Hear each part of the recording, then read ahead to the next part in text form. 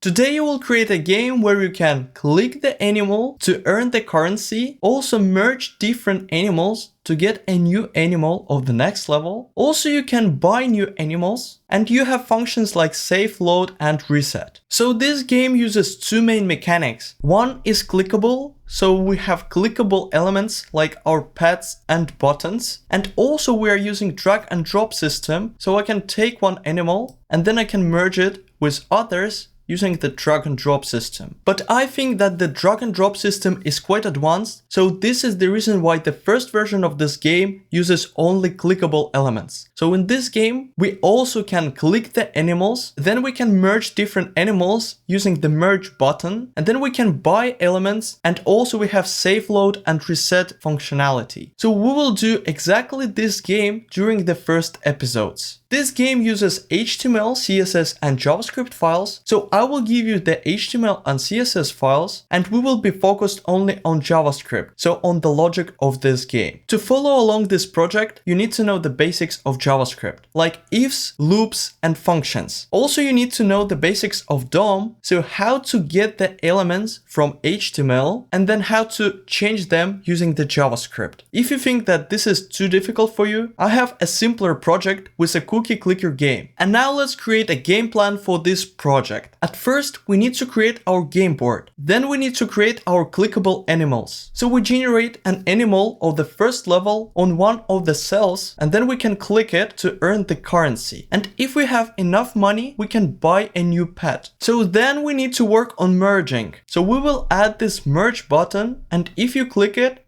you see that this button is active, and now we can merge this animal with another one. Now this animal has a new level, so this is the second level animal, and when we click it, it gives 2 poopy currency. So now we can buy more animals, but if you try to merge animals of different level, you will see a message that pet levels are different and nothing will happen. So then we need to implement the save, load and reset functionality, so I can click the save button to save our game state. In this case, we will see the message that game is saved. Then let's reload our page.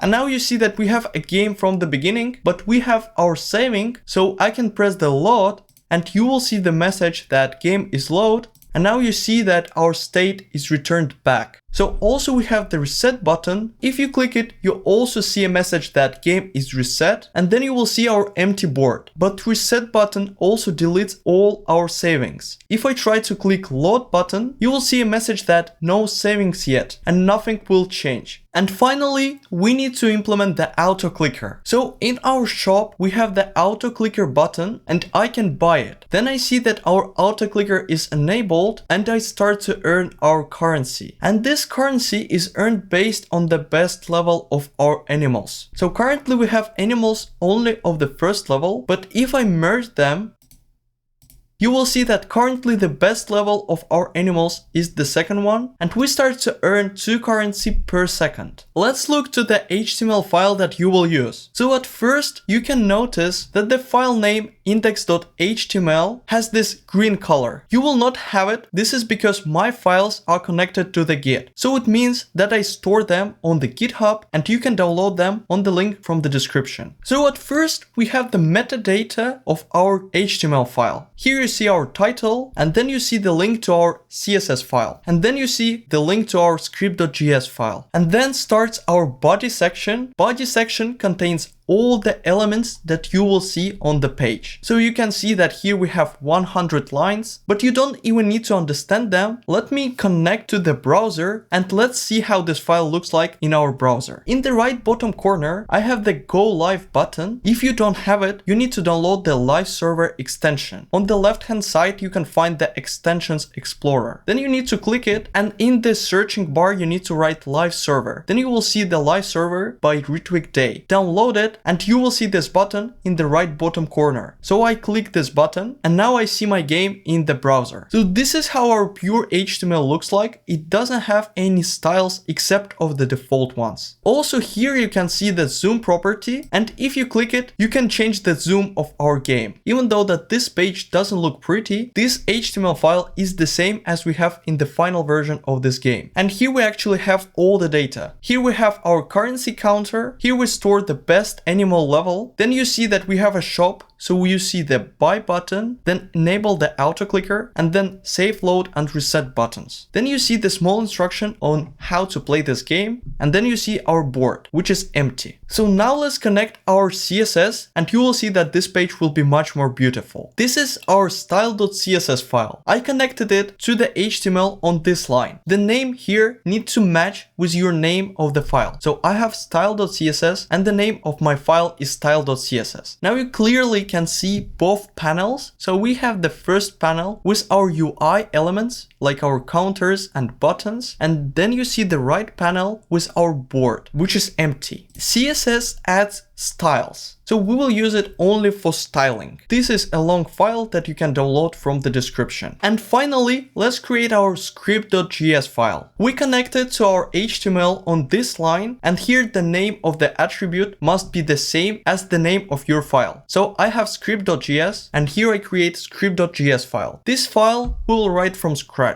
As you see, we don't have our board. So let's create our board. For that, I will create the first variable board. Our board will be an array. If we want to have 4x4 board, we need to fill this array with 16 values. So currently this board is empty, but I want to create 16 new empty cells. And each empty cell I will store as a null. So eventually we want to see something like that. Inside of the array, we want to see nulls separated by comma. So for that, we can write a simple for loop.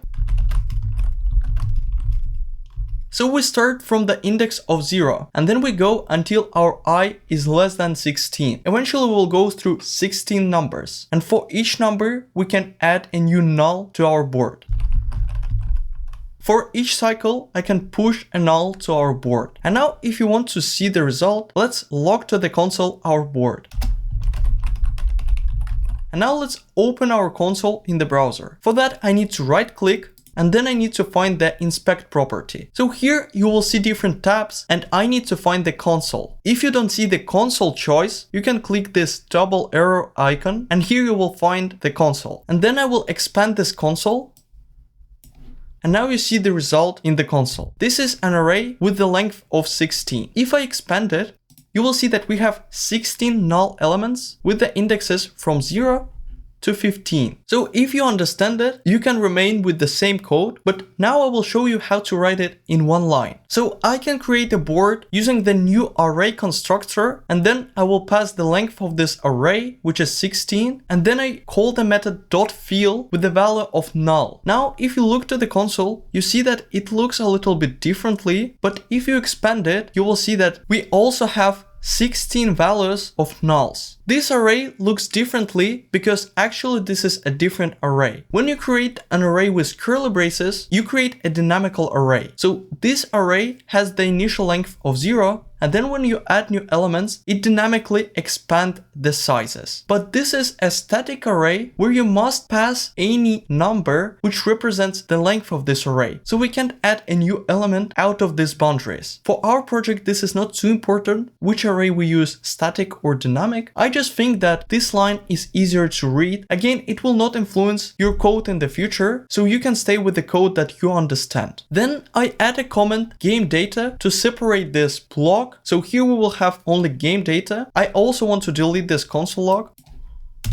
So now we have our board in JavaScript, but based on this board, we need to generate our board on the page. So on the page, you see only HTML. So based on our values in JavaScript, we need to generate new HTML elements. So to better understand how it works, let's go to index.html file and then scroll down until you see our grid. So let's expand this div.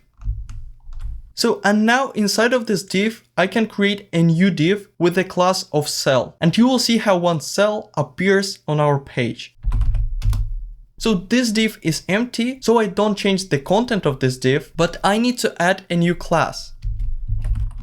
And now you see that one cell is appeared on our page. This cell has almost the height of our container, and this is because I use flex properties in CSS for aligning our cells. So I implied that you will use more cells, so let's add new ones.